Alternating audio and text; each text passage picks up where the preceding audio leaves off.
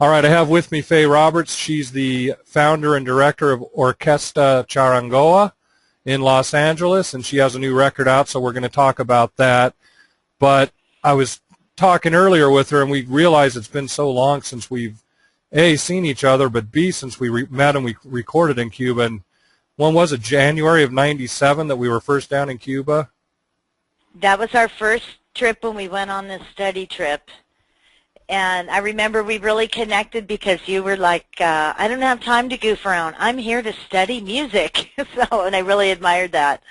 I'm the one who ends up getting married down there. Anyways, so then the interesting twist was we both went back in December of '97 and recorded some tracks for me with another singer in Los Angeles, which have not actually been released ever yet. They're just sitting in my archives. But that project involved Richard Aguez, who unfortunately passed on. But why don't you tell everybody what your connection with Richard was, since he was such a big icon in the charanga and cha-cha movement?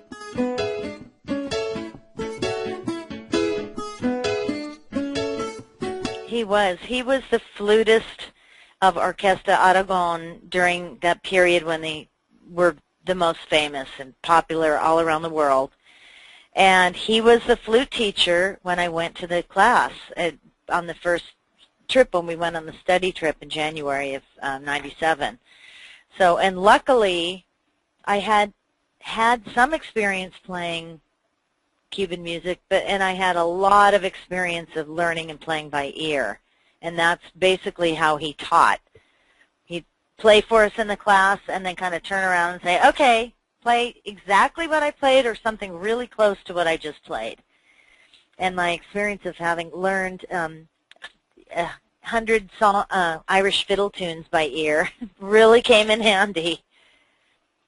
And he absolutely took me under his wing and gave me a bunch of music on the first trip and said, go home and start a group and keep my music alive.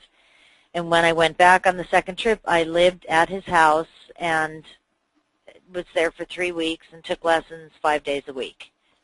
Yeah, and I remember, I'm not sure that it was planned that you'd record a couple of tunes on that, because I know Richard was doing arrangements for me, and him and his brother Blas were playing, but it ended up that I'm pretty sure you played on at least 2 of the songs that we did.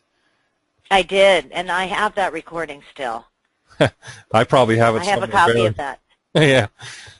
So did you ever go back after that time, or see him after? I was not.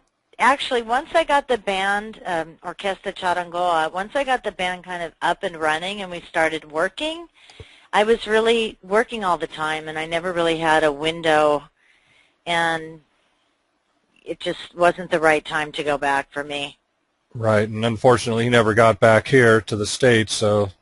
Well, he did. One time before he passed away, I believe it was in, we can research this out, it was the year that Tito Puente died. Oh, so okay. It was either 2003 or 4. He, a group from Seattle worked it out for him to come. He came with his daughter Gladys. They went to New York and visited their relatives there. And then they flew to Seattle, and then they flew down to San Francisco. We tried so hard to put together something so he could come down to L.A., but we had a very short notice. The thing had already been set up. So I went up to San Francisco and attended all the things that he did up there. Oh, okay, so you did get to see him. I saw him a few times just in my travels in Havana, but I never really saw him a whole bunch because he was always doing other things than I was doing. He's very busy. When he was in San Francisco, I arranged to take him to Lens Crafters and get him a new pair of glasses.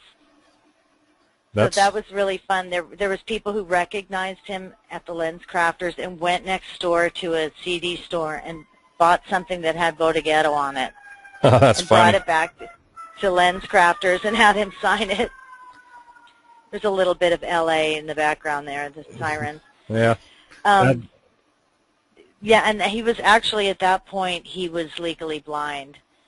It was,